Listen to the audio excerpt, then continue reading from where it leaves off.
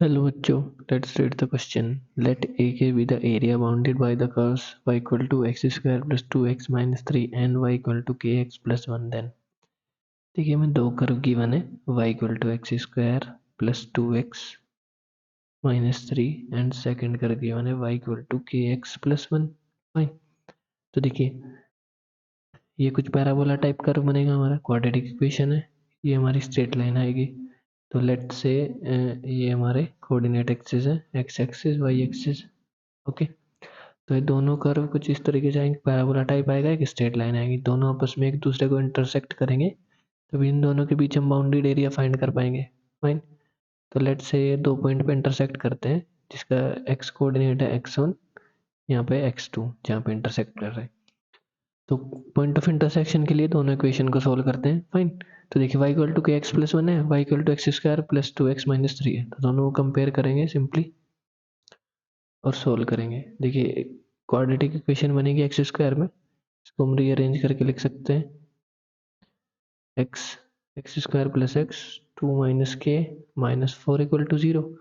तो देखिए इसके दो रूट आएंगे यहाँ से, तो वही दोनों पॉइंट ऑफ इंटरसेक्शन के कोऑर्डिनेट्स होंगे जिनको हमने x1 x2 एज्यूम किया है. तो इसके रूट सिंपली क्या होंगे, x1 x2 होंगे.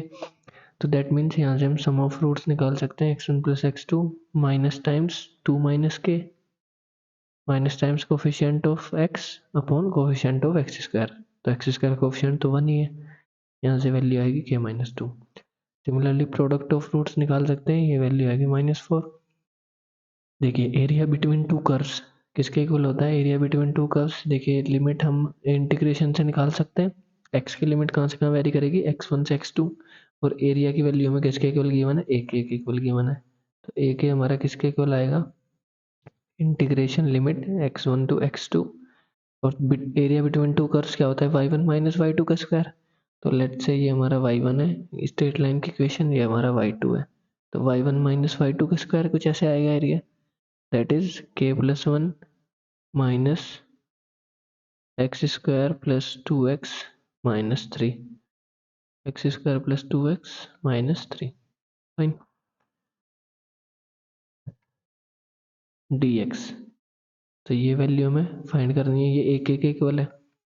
ओके, अब देखिए इसको रीअरेंज करके लिख सकते हैं x1 to x2 k minus 2 into x minus x square minus sorry plus 4. Okay, ये वैल्यू आएगी, यहाँ से सिंप्लीफाई करने के बाद इसको हम इंटीग्रेट करते हैं dx. तो x का इंटीग्रेशन हमारा क्या हो जाएगा, x square by 2 minus x cube by 3 plus 4 constant है, इंटीग्रेशन हो जाएगा 4x. लिमिट्स हमारे क्या है, x1 टू x2. तो लिमिट्स पुट करेंगे सिंपली.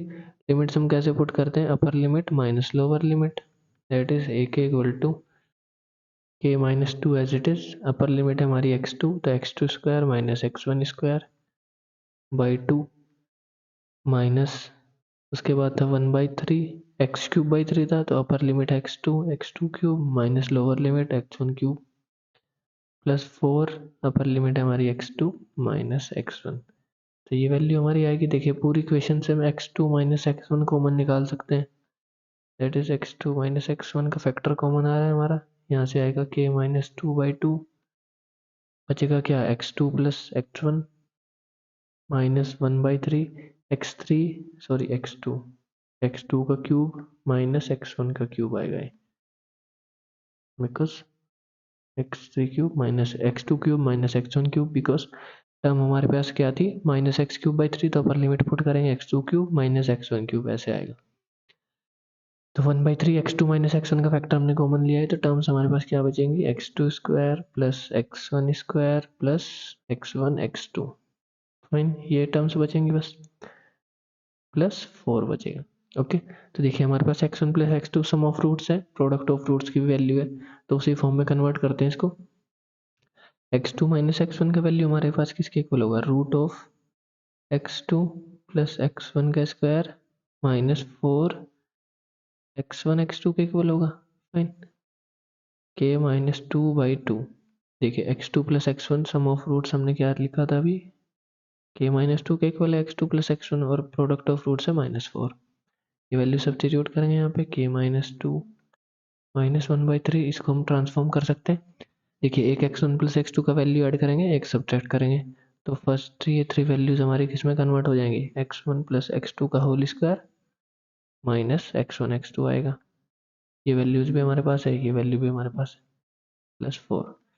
तो देखिए यहाँ पे वैल्यू सब्स्टिट्यूट करते हैं, simply root x2 plus x1 आएगा k माइनस टू का square minus 4 times -4, product of root था -4, यहाँ से आएगा k माइनस टू का whole square by 3 minus 1/3, sorry by 2, यहाँ पे by 2 minus 1/3, x1 plus x2 की वैल्यू पुट करेंगे, k माइनस टू का होल स्क्वायर माइनस माइनस हो जाएगा +1/3, के बाद x1 प्लस x2 क्या है, प्रोडक्ट ऑफ रूट है -4 +4, फाइन। देखिए यहाँ से सिंप्लीफाई करने के बाद ये वैल्यू आएगी रूट k माइनस टू का होल स्क्वायर प्लस 16 आएगा, 4 माइनस 4 माइनस माइनस प्लस हो जाएगा। देखिए यहाँ से क्या है 1/2, k माइनस टू का स्क्वायर कॉमन ले सकते हैं दोनों टर्म से, 1/2 माइनस 1/3 दैट इज 1/6, तो k माइनस टू का स्क्वायर बाई 6 ये वैल्यू आएगी सिंप्लीफाई करने के बाद। उसके बाद इन दोनों टर्म्स को सोल्व करेंगे तो ये टर्म्स हमारी क्या लिखी है, 4 minus 4/3 that is 4 into 3 12, 12 minus 4 8/3 के इक्वल आएगी, दैट इज यहाँ से हमारा आएगा 8/3।